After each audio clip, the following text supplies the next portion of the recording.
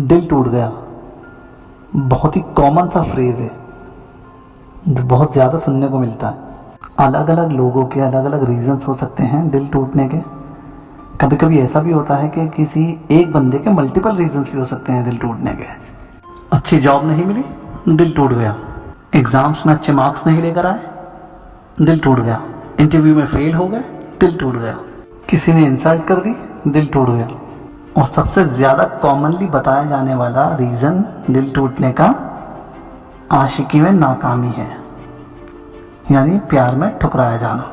मतलब ये वाला तो इतना कॉमन है कि आप कभी भी कोई उदास चेहरा देखो और उससे पूछोगे उसकी उदासी का कारण, तो मैक्सिमम लोगों के मुंह से यही निकलने वाला है, यार धोखा दे दिया, प्रपोजल एक्सेप्ट नहीं किया।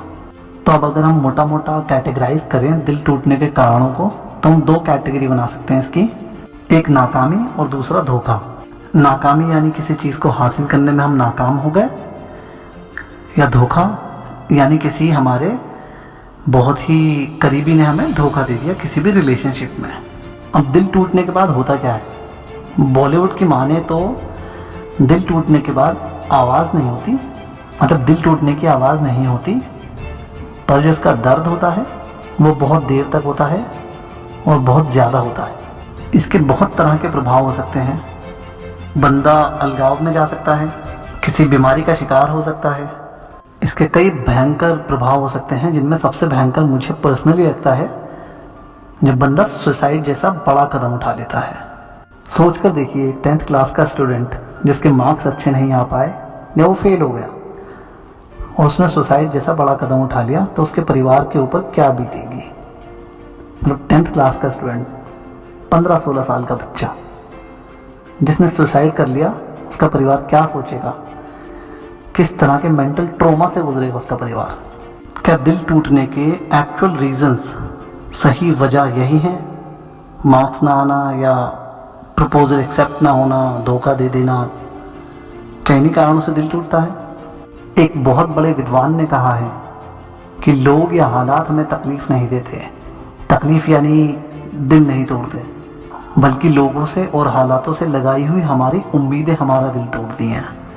वो उम्मीदें हमें तकलीफ देती हैं। इसका अर्थ ये है कि हम लोगों से और हालातों से बहुत ज़्यादा मांगते हैं, बहुत ज़्यादा उम्मीद रखते हैं कि वो हमारे फेवर में होंगे, वो हमारे पक्ष में होंगे, जबकि ऐसा नहीं है। हमेशा सारी चीज़ें हमारे पक्ष में नहीं होती हैं। हम सब चीज़ों पर कंट्रोल नहीं कर सकते। तो इसका सॉल्यूशन क्या है, इससे बचा कैसे जा सकता है? इससे बचाव के बहुत सारे तरीके हैं। सबसे पहला तो कंट्रोल हालातों पर या लोगों पर नहीं, बल्कि अपनी उम्मीदों पर। हमें अपनी उम्मीदों को कंट्रोल में रखना होगा। हमें कभी भी कोई भी जॉब इंटरव्यू ये सोचकर नहीं देना है कि ये जॉब हमें मिल ही जाएगी। हमें अपनी तरफ से पूरी कोशिश करनी है इंटरव्यू क्रैक करने की, परंतु कभी कभी ऐसा होता है, हो सकता है वो दिन हमारा ना हो कि हम वो इंटरव्यू क्रैक नहीं कर पाए। हो सकता है वो लड़का या वो लड़की जिसने हमारा प्रपोजल रिजेक्ट किया है उसके अपने रीजंस हों, या हो सकता है हम उसकी रिक्वायरमेंट्स को मीट ही ना करते हों। हो सकता है एग्ज़ाम्स की तैयारी हमने ठीक से नहीं की हो। बट इसका मतलब ये नहीं है कि हमें कोई भी जॉब नहीं मिलेगी, या वो आखिरी जॉब थी, या वो आखिरी लड़की थी या लड़का था, या वो आखिरी क्लास थी। क्या ऐसा कभी हुआ है कि सचिन तेंदुलकर कभी 0 पर आउट ना हुआ हो, या विश्वनाथन आनंद कोई मैच ना हारा हो, या क्रिस्टियानो रोनाल्डो ने हमेशा हर मैच में गोल किया ही हो?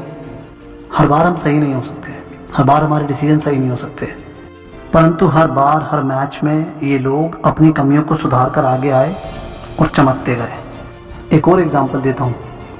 मेरी क्लास में 8th में जब मैं आया तो मेरी क्लास में एक लड़का आया था जो मुझसे 1 साल सीनियर था, बट मेरे साथ 8th में आ गया था क्योंकि वो फेल हो गया था 8th में। बट नेक्स्ट टाइम जब वो मेरे साथ था तो उसने पूरी क्लास में टॉप किया, इनफैक्ट पूरे स्कूल में टॉप किया 8th क्लास में, क्योंकि उसने अपनी कमियों को दूर किया और जिन सब्जेक्ट्स में वो कमज़ोर था उन सब्जेक्ट्स पे उसने मेहनत की और कड़ी मेहनत से वो टॉप कर पाया। अगर हमें हमारी कोई मनचाही जॉब दिलवा सकता है या एग्ज़ाम्स में हमें टॉप करवा सकता है, तो वो हम खुद हैं, वो हमारा आत्मविश्वास है, वो हमारी कड़ी मेहनत है। अगर हम अपनी कमज़ोरियों को जानकर उन कमज़ोरियों को दूर करने की कोशिश करते रहेंगे, हम आगे बढ़ते रहेंगे। लेकिन अगर हम अपनी कमज़ोरियों को जानकर उन कमज़ोरियों पर बैठे रहेंगे और कोई इम्प्रूवमेंट नहीं करेंगे तो हम हमेशा हारते रहेंगे और इसी तरह फेल होते चले जाएंगे। और वैसे भी दिल का काम तो सिर्फ ब्लड को पंप करना है, एक जगह से दूसरी जगह पर ले जाना है, ना कि इन सब के बारे में सोचना। तो दिल को वही काम करने दो जो उसका काम है और अपनी सोच को पॉजिटिविटी की तरफ लेकर जाओ और आगे बढ़ते चले जाओ। हर उस शख्स से जिसने तुम्हें रिजेक्ट किया था ये कह देना कि माना तेरी नज़र में किसी काबिल नहीं है हम, ये जाकर उनसे पूछ जिन्हें हासिल नहीं है हम। Thank you for watching this video.